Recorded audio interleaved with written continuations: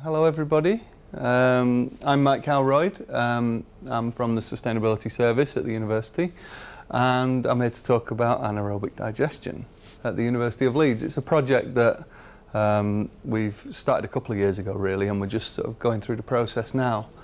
A little bit about me. I've started off in agriculture. My dad worked on a farm, his dad worked on a farm, and in all probability that's probably what I would have done, but the national minimum wage stopped that from happening. So I got into conservation management instead, and through a long and convoluted process, don't ask me how, but I ended up in sustainability at the University of Leeds. So part of my role really at the university is it's wider than just the AD project. I have various different types of projects, everything from waste management right the way through to biodiversity and a lot of things in between as well. This project was started about 2 years ago, I think. 2 years ago? About 2 years ago. And it came just after the Sustainability Service became a service in its own right. So before that, sustainability really was about environmental sustainability, and we sat under the estates department at the university. In about 2012, I think it was, sustainability became its own entity alongside estates under the facilities directorate. And so that meant we got head of service, senior manager, and sort of more buy-in really from the university. The FD became committed to, and the university became more committed to sustainability holistically and looking at the whole range of sustainability rather than just the environmental stuff. So there's been a service as environmental sustainability since about 2000, and we've done all those sort of easy wins like travel, waste, stuff like that. And really now, the new sustainability service, we recently launched a new integrated sustainability strategy that aims to really sort of pull all of those learning and teaching and research all into one, and operations all into one sort of strategy. And that's kind of what the new strategy does. Now, when we started with our strategy, what we did was we did a load of stakeholder sort of focus groups, things like that. And we got a company to stand at the back of the room and do lots of doodling while people were talking about, one, how they saw the university looking in 2020 and then how they saw it looking in 2050. And all of these images really kind of demonstrate what people were talking about in those meetings. So you can see there's some key themes that all of us think about but we don't necessarily realise. So things like knowledge, community, collaborative organisation, embedding, resources. Resources probably is the traditional sort of sustainability area, but a lot of the other ones tend to get overlooked, things like the community and the financial and economic as well. So what we drew out of the strategy was 4 key themes to kind of work out a plan forward. And the first one really was this one. It was embedding sustainability. So this was all about sort of building those networks internally and making us a more collaborative organisation, and making sure that we had systems in place to sort of manage the university, things like an 14001, things like that, and make sure they're robust and can actually stand up to audit. So of those, AD kind of fits into the creating collaborative networks for me. I think that's quite a key area, and it's very important that people kind of work together, particularly on this project, and I'll explain why in a little bit. The next strategy theme, is about building knowledge and capacity. And you can see the different strands there. I'll not read them all out, but these are the ones really, and this is quite a key one where AD becomes relevant to the strategy. So it's things like working across departments, integrating into student learning and teaching. So yeah, we can build an AD facility, but actually we want to make sure that we get all those different outcomes, not just a research outcome, but also learning and teaching. And make sure we build those external links, so working with local companies, local organisations, NHS, Leeds City Council, etc.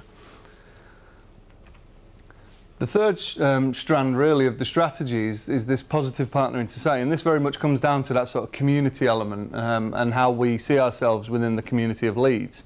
I'm sure you all know this already, but the university has 8,000 staff and 40,000 people, including students. And that is actually, when you think Scarborough's 50,000 people, we're practically a town on our own. And we sit within Leeds. And when we did a lot of the stakeholder groups, a lot of the student feedback that we got was that the university felt isolated from the rest of the city. And one of the really good pictures that came out of that was a picture of a student sort of looking over a wall at the rest of the city, and it felt like the university was detached in some way from the rest of the city, and obviously that's a real barrier because we've got so much to offer to the city that we can take advantage of. So in this strand, you know, these first two really are key, I think. You know, the external engagement and leading by example. You know, we're a university, this is what we do and we're really good at it, but we don't often share that information, and there's a lot that we can give. And if we can give it, why aren't we giving it locally? Why aren't we getting the rest of Leeds involved in what we're doing? Now, the third one there is actually probably relevant as well in terms of taking our responsibility to society seriously. You know, we do kind of have an obligation as a university to be trying these things, even if it fails, actually. The point of us being here is to actually do this, to find out if these things work and if they don't. And actually, that's kind of our role, and I think it's important that we remember that. And the last strand really is the traditional one, I suppose. It's the things you normally associate with sustainability, I suppose. Things like procurement process, biodiversity, waste, low carbon university. Sustainable travel becomes the norm, as opposed to everybody driving single occupancy in a car to work or as a student. The waste, you know, is quite an interesting one. I'll talk about that in a little bit anyway. But using water efficiently as well. You know, as a university, a research-intensive university, we use a lot of water, and so we're looking at how we can improve that and reduce the amount that we use. And of those, yeah, I mean, the ones that really strike out for the AD are the amount of waste we produce, which I'll explain why that is relevant to the university as well in a little bit, but also using the water efficiently and low-carbon university. Why are we looking at AD as a university? Well, I was tasked with a project 2 years ago, the refectory over near the Student Union. They're the biggest food outlet on campus.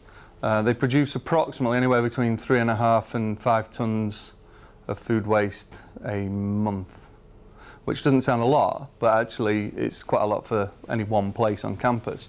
And what they did historically was macerate that and let that go down the drain, wash it down the drain, which I'm sure you're aware uses phenomenal amounts of water, but also it's quite resource intensive in terms of the amount of energy it requires, but also logistically it requires a lot of effort, because down the line, you know, we're clogging up drains, we're creating problems with rats, the fat needs clearing out of the drains, things like that. So there's add-on problems, and also we're on the top of the hill, we're sending our problem down the hill into the rest of Leeds, so we're not being a very good community member.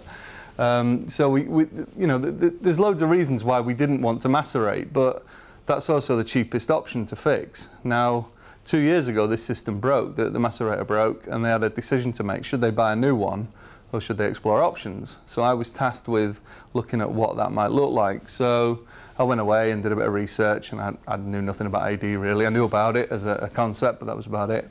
And I produced a report that basically looked at the different ways that we could take that food waste and dispose of it. Everything from a waste manager to deal with it, to macerating, to AD, compost, everything in between. And then I scored that against, what we would normally do is score that against payback, financial payback. And obviously AD is going to come out the lowest there. It came out at much lower than all the others. Maceration's the quickest payback without a shadow of a doubt, about 6 months, I think. And so the AD didn't really score very well on the payback, but what I did was score it against the university's strategic alignment as well. As a university, we're meant to be innovative, we're meant to be doing all of these things that I've just talked about with the strategy. So actually aligning the project to the strategy made a lot of sense for the university. And when I did that, actually we scored very highly with AD. So it wasn't intentional. I completely expected composting to come out quite high as well, and that didn't. Because there was other factors there. Payback and strategic alignment were just two of them. But because of the strategic alignment, that was the thing that really drove this forward. And so as a result, I was told to look into that in a bit more depth. And so we initially got sign-off for the cash to build this small-scale AD project. And I linked up with some academics who've since moved on from Leeds Uni to another uni now. But those guys actually were the experts really that I first met that knew about AD.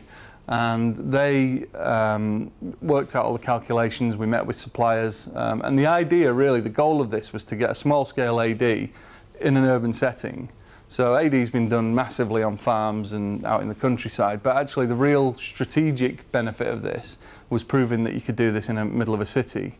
And so that's kind of where we were aiming for. So we were looking for places on campus. We didn't need a massive site, it's less than 5 tonnes a month of food waste. But the idea was that we build in the scope there, that we can extend it.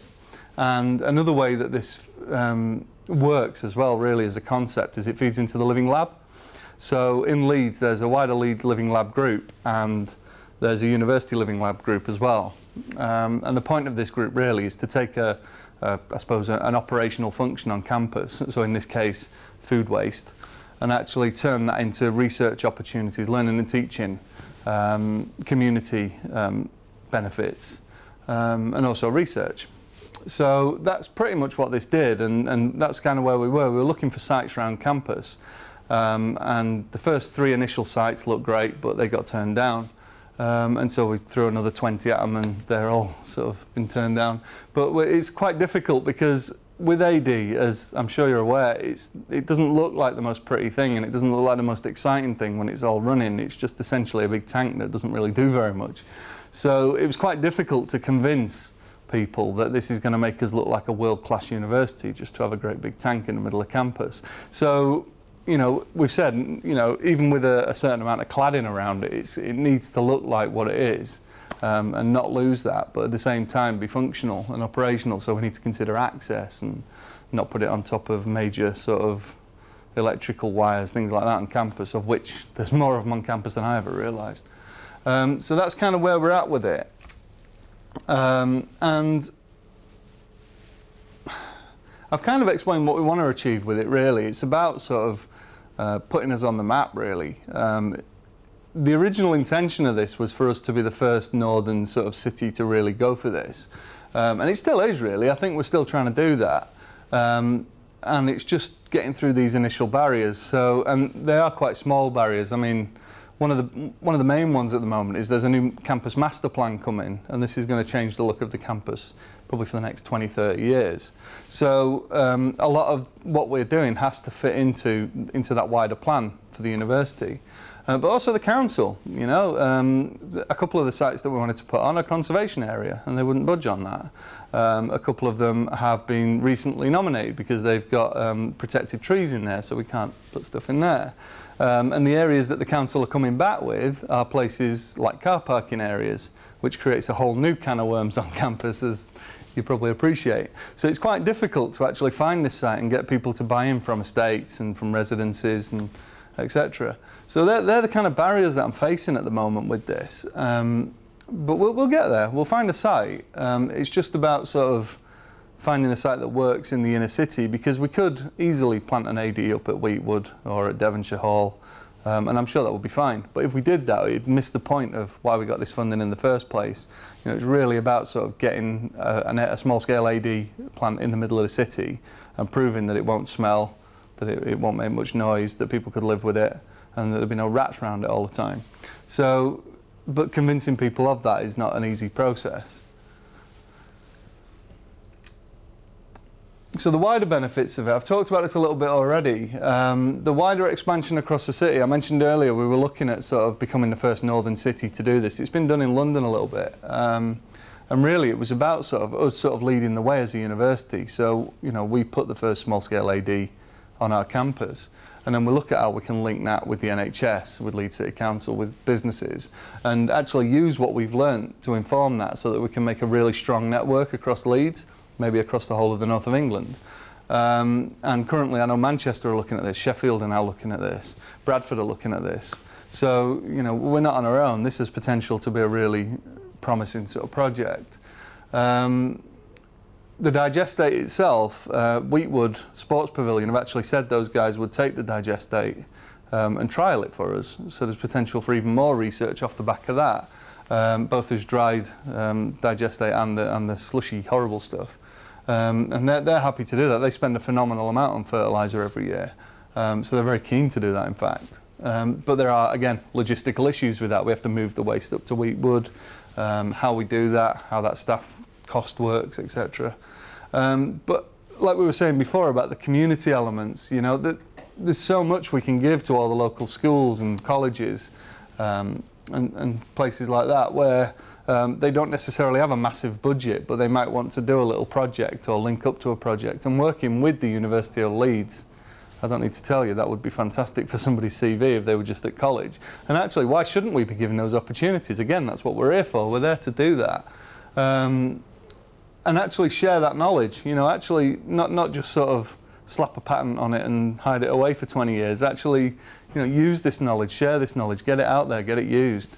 And off the back of that, really, we've sort of discovered as we've gone along that just saying we're going to plant an AD sounds lovely, but actually the amount of academic staff that have come out of the woodwork and said, well, I could work on this part of it, and I could work on that part of it, and I've got a load of MSc students that can work on this part of it, and it just keeps going on and on. So it keeps growing, and I've got a feeling that once we actually get the site built and it's established, I think that's going to grow even further across the university. There's going to be well-being research, there's all those type of things. Even biodiversity, I'm sure, has benefits when we start doing the field trials. So there's loads of potential for that research, learning and teaching. Interestingly enough, some of these sites are the ones that have been rejected. So this one is in a conservation zone right up near the Student Union there. It's an ideal site, to be honest, but it's surrounded by Georgian buildings, so it'll never happen.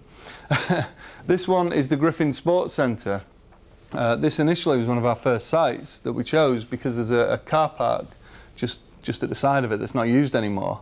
That's about the right size for this. We could have just about got everything in there. But this interferes with the master plan, so we can't do that.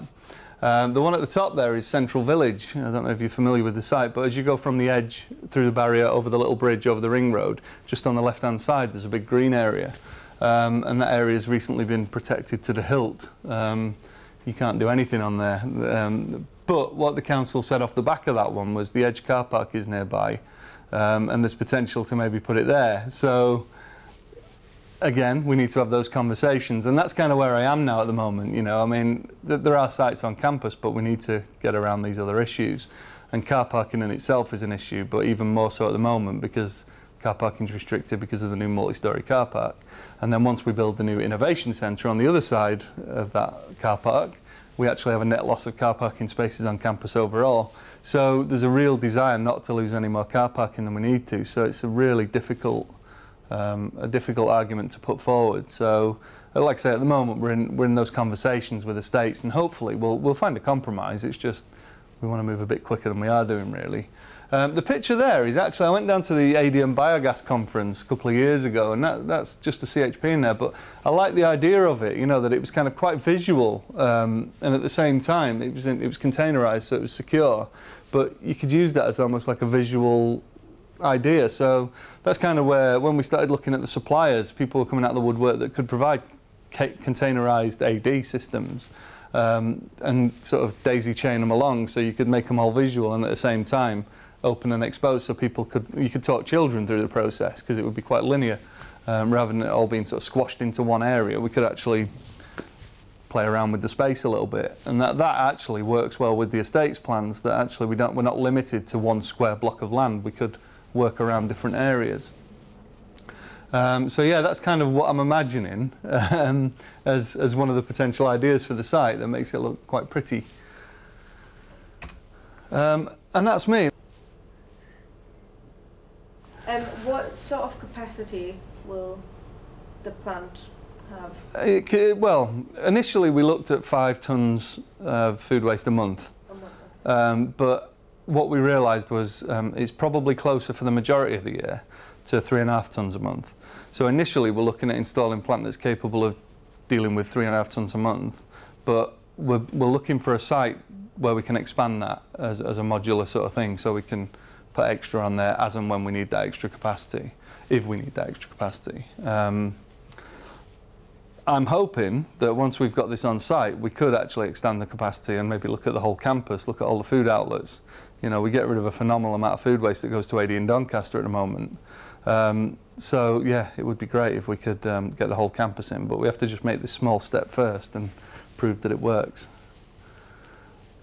Is that okay? Yeah, that's great. And once you get the site, how long would it take for it to start working? How do you mean? Like, commissioning? Yeah, like, yeah. Well, I mean, it depends. I mean, operation?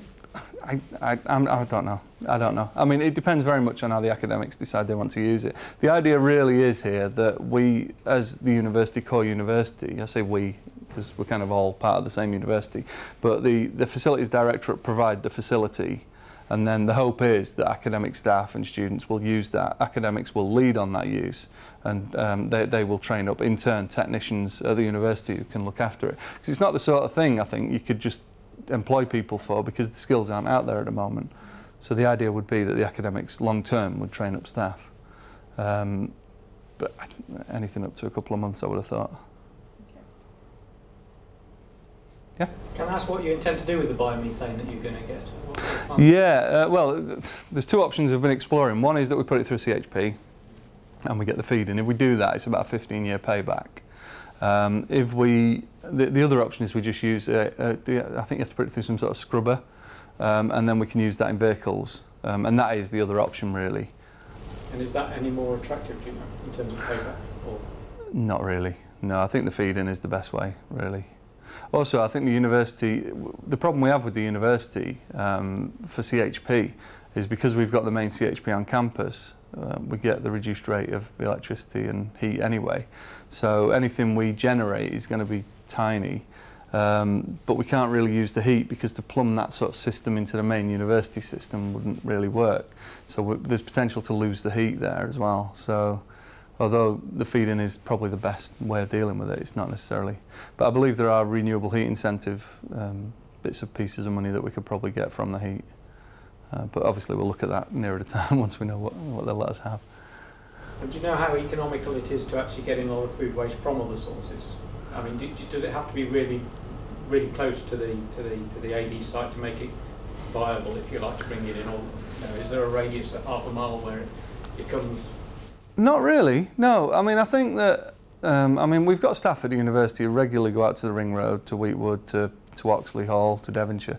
So I don't think that'll be a problem. I think the real challenge for me is to make sure it stays on campus, because otherwise it just really misses the point, you know. I think if I was to go to the university and say we want to build this at Wheatwood, I think we'd be building tomorrow, assuming we got planning permission, of course. But I think that potentially that wouldn't be a problem at all. I think the problem we've got is finding somewhere in the middle of a city to say we want to build this plant, you know, and that's really what I want to do. I think we want to keep it in the city. That's kind of what we're pushing for, really. So yeah, given that, it's reasonably efficient because the staff are regularly moving around campus anyway.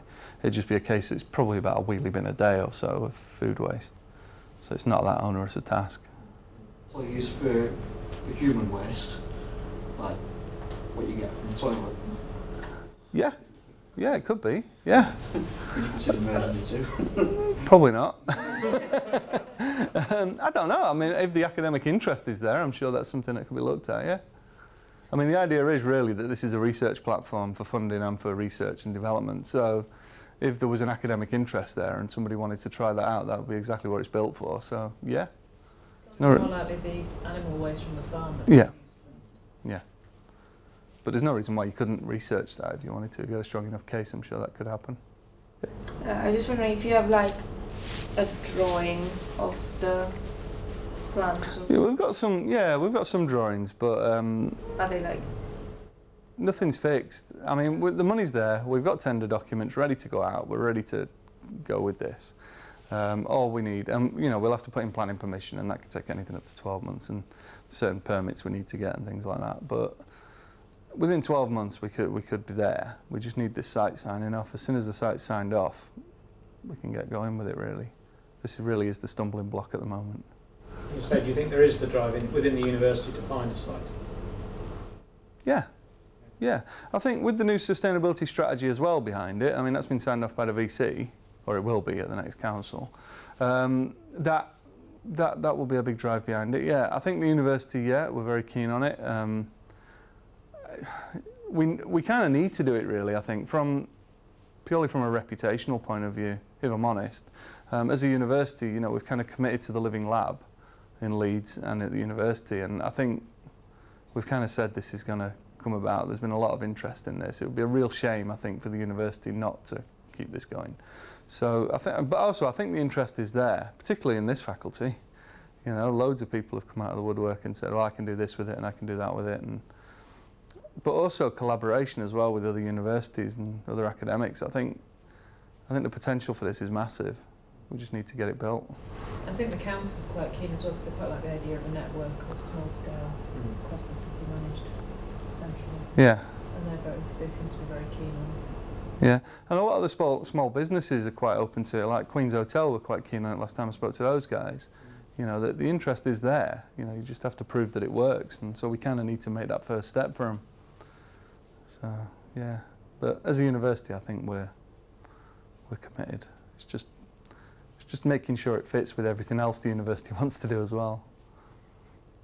Do you think when you have one plant on campus, you'd want to expand, like have more plants in like Beechwood, where you said you could get permission? Or would you like to have it as focus? I think the campus one will be a very different one to Wheatwood.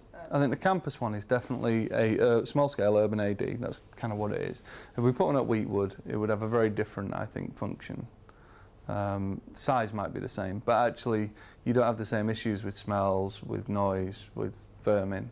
So actually the whole point of putting it in the city is what makes it relevant. You know, the point that we can do it without those things being a problem. That's kind of the drive behind it. You know, the big stuff's been done. When I went to that conference I spoke about earlier, you know, some of the suppliers there, these are the big sort of players. And when I told them about the size of what we're trying to achieve, they all sort of smirked. But at the same time, they acknowledged that this was kind of the way things were going now. They knew this was on the horizon and that the big stuff had been done now, and people were looking at this small-scale stuff. They just want the innovation behind it. They want universities to commit to it and do the research and prove it works, really. So hopefully we'll be at the very front of it and leading the way.